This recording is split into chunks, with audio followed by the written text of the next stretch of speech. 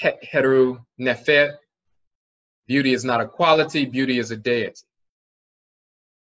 So we're not just talking about, oh, something just pretty. Nefet is a title of the divinity herself. Nefet is a divinity. Beauty is a deity. So it's not just a quality, it's a deity. Now, first we're going to look at the Medut for that, just so you can see the spelling before we discuss it. So, as we talked about when we said Efe, Fe, and Fe, reduplicated. Efe means beauty, that which is beautiful or excellent and so forth. So, Nefe means to be good, pleasant, beautiful, excellent, gracious, happy, pretty, and so forth. To progress favorably, in sickness to recover, and so forth. Nefe. So we can look at the vocalization in Akan, Fefe, the root Fe, or Efe. This is Enfer or Nefer in Ancient Kemet.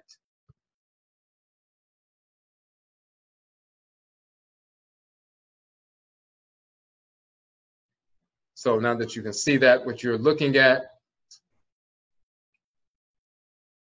this is the symbol, but the representation, of course, is the N sound, the F sound, and the R sound, Nefer.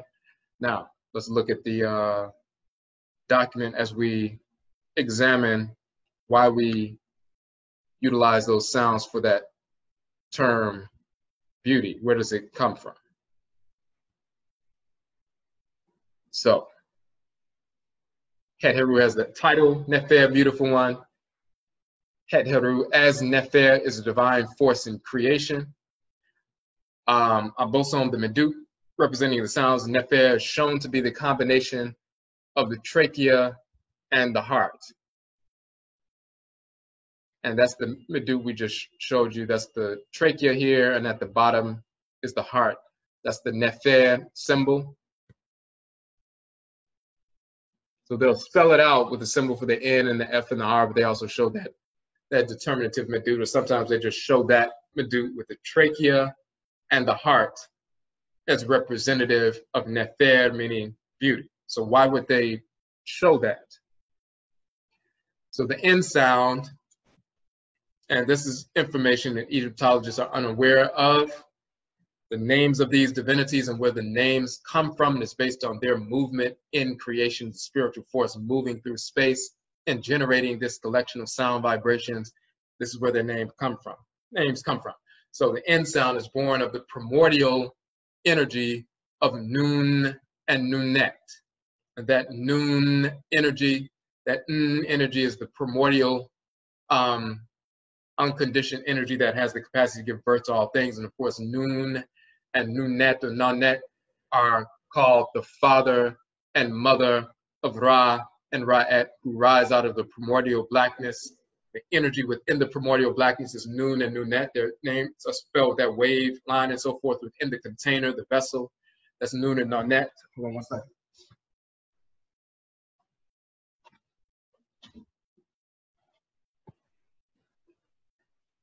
The root energy of being from which all things as creation are formed.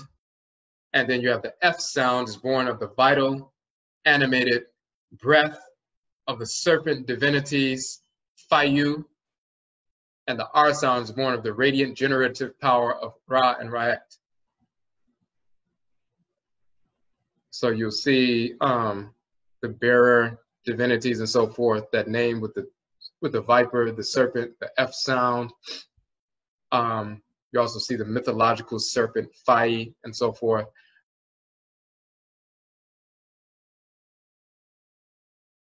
So that's what we meant when we're talking about the serpent divinities in the document. Now, the serpent divinities, the animated breath, the F sound when you say that's the animated breath. Of course, the breath is moving through and being projected through the sound. So, and then the R is the Ra sound, the radiant generative power of Ra and Ra'et, the creator and creatress. And then the T sound is the concretizing function of the feminine giving form to an entity. It is the, the bowl, upside down bowl or loaf of bread is the canopy of the sky. It is the, upper half of the calabash, whereas the bottom is the lower half of the calabash, but the sky concretizes or makes things complete, just like the womb of the woman is holding in all these various, the entities, whether it's a single entity or twins or triplets or whatever. That womb, that circular entity is the t sound. When you have t at the end, when you say at or ah, and you say the t, it cuts off that energy and makes it into an entity. T feminizes or concretizes the energy that was emanating and makes it into a form. So you have the primordial root energy of being, the n sound. You have vital breath, animated breath, the f sound, the radiant energy, the r sound, and it's all concretized into an entity, the t sound. So the primordial root energy of being, animated by the vital breath and radiance of the creator and creatress, concretized into a feminine form and force. This is Het Heru Nefer. That's the breakdown of her name. When her energy is moving through creation, it's generating that nfrat, that Nefer sound. This is the definition of beauty. Primordial, divine root energy, animated by the vital breath and radiance of the creator and creatress, concretized into feminine form and force. You'll see that Het Heru is born of Ra and Ra'et. They'll say a drop of sunlight coming from the Aten, underneath the sun, is the birth and manifestation of Het Heru. So she's born of radiance. It's animated with the vital breath, but undergirded by the primordial divine energy, root energy of being, concretized into a feminine form. That is the definition of beauty. That's why beauty as a deity, concretized energy, breath, and radiant force is literally motivation. That radiant force that's concretized, breath, undergirded by energy is the beauty. And it's a force, inclusive of that ra sound. It is therefore motivational. That energetic force moves you, literally. The trachea symbol connected to the heart. This is the trachea at the bottom. You see the medulla of the heart. This is the trachea symbol and so forth. So the trachea symbol connected to the heart connects the vitality of breath, which carries the life force energy of Ra and Ra'et, to the organ which incessantly pumps energized blood, and thus life force energy, to every cell of the body.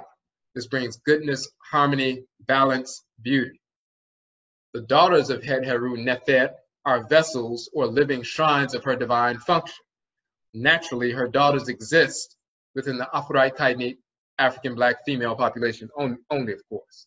So in this particular text, we say beauty is not a quality. Beauty is first and foremost a deity, meaning Nefert is a deity, a divine force in creation.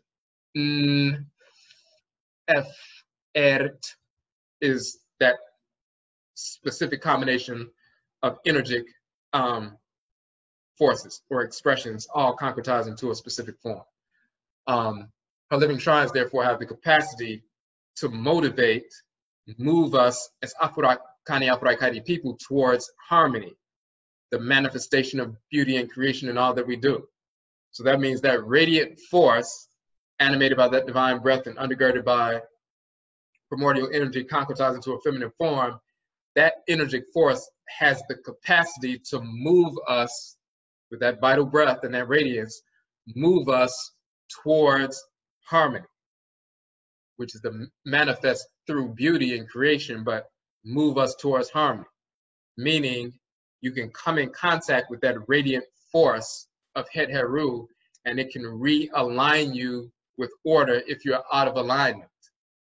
even if you were looking, even on a mundane level, if you were looking at something very perverse and negative, and it gives you a negative feeling, and then you just happen to look over and see something that's harmonious and quote unquote beautiful, it changes your whole mindset. It gets you back in harmony with order.